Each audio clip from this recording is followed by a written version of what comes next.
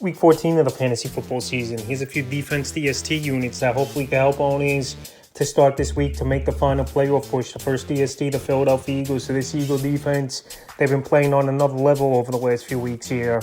And really going out there and playing great football is Philadelphia. Now winning 8 games in a row. Week 11 versus the Commanders. 18 points allowed, 3 sacks and interception. Week 12 at the Rams, 20 points allowed, 5 sacks, a fumble recovery. In Week 13, I thought they held this Baltimore Raven team very well, especially in Baltimore. 19 points, 3 sacks, and the last touchdown, it was in garbage time where they played prevent. So this week, a great matchup versus the Carolina Panthers. Give up the 17th most fantasy points to DSTs on the season. And I believe in this game, Philadelphia is going to get off to a good lead.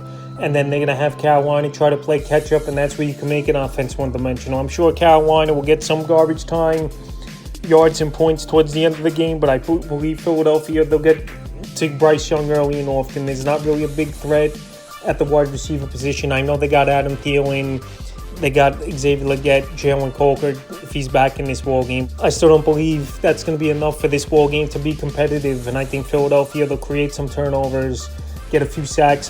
They're amongst the league leaders in sacks as well. And it's going to be a long day for Bryce Young and this Panther offense. It's definitely a DST to start this week. Next DST, the Seattle Seahawks. So this Seahawks defense, the last 3 weeks, they've gone out there and they're really playing great football. And a repeat matchup from Week 12 here this week at the Arizona Cardinals, where they had great success in that ball game.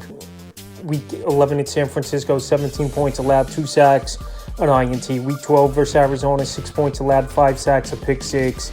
And Week 13 at the Jets, they got off to a slow start, but then the defense really picked it up and led the comeback in the ball game. 21 points allowed, 2 sacks, pick 6 by former Jet Leonard Williams, and a fumble recovery and a block kick. So this week at Arizona, I believe this defense once again could go out there, buckle down, and they've been on a hot streak, winning 3 games in a row.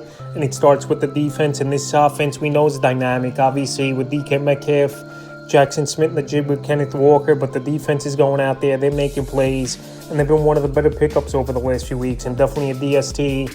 I would start this week. The next start, the Tampa Bay Buccaneers. So the Bucs last week, I thought they would have a better ball game with a great matchup at the Carolina Panthers, but obviously that wasn't the case. But this week, once again, another great matchup coming up with the Vegas Raiders coming to town here for this Tampa Bay Buc team that give up the second most fantasy points to DSTs on the season. So the last few weeks for Tampa Bay, Week 10 versus the Niners, 23 points allowed, 3 sacks, a fumble recovery. Week 12 at the Giants, a big game, 7 points allowed, 4 sacks, a fumble recovery. And then Week 13, like I said, at Carolina, I thought they would do more out there. 23 points allowed, a sack, and a fumble recovery. Right now, Vegas last week, they came close to winning that ball game at Kansas City. 3 missed field goals in the ball game, and then all at the end of the game, what obviously was controversial. So the Raiders, their offense is definitely playing better. Jacoby Myers, he's had a good season, but I believe Tampa Bay back home after 2 ball games on the road out there, get pressure on Aiden O'Connell in this ball game. The running back room's pretty much been non-existent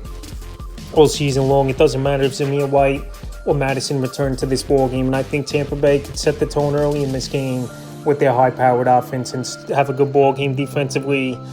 Next DSTs, the Miami Dolphins. And Miami, their 1-week use-only streaming option, and this week, pretty good matchup with the New York Jets coming to town. I know this Jet team, they do put points on the board, but Aaron Rodgers, he's been turning the football over a whole lot this season. He's been taking big hits, and this Jet team, they've just had trouble punching in touchdowns as well on most weeks. Week 10 at the Rams, 15 points allowed, 4 sacks, interception, a fumble recovery. Week 11 versus the Raiders, 19 points allowed, 3 sacks, an interception. Week 12 versus the Patriots, 9 points allowed, 4 sacks, an interception, a fumble recovery. Week 13, a bad game, 30 points allowed. But this week, like I said, Jets coming to town. Miami, a way better home team than they've been on the road, obviously, over the many seasons. And the cold weather is what's been the problem with Miami. So last week in the cold, they couldn't do anything offensively or defensively at the Packers. But this week with the Jets, like I said, that turned the football over a whole lot. Don't have a great offensive line.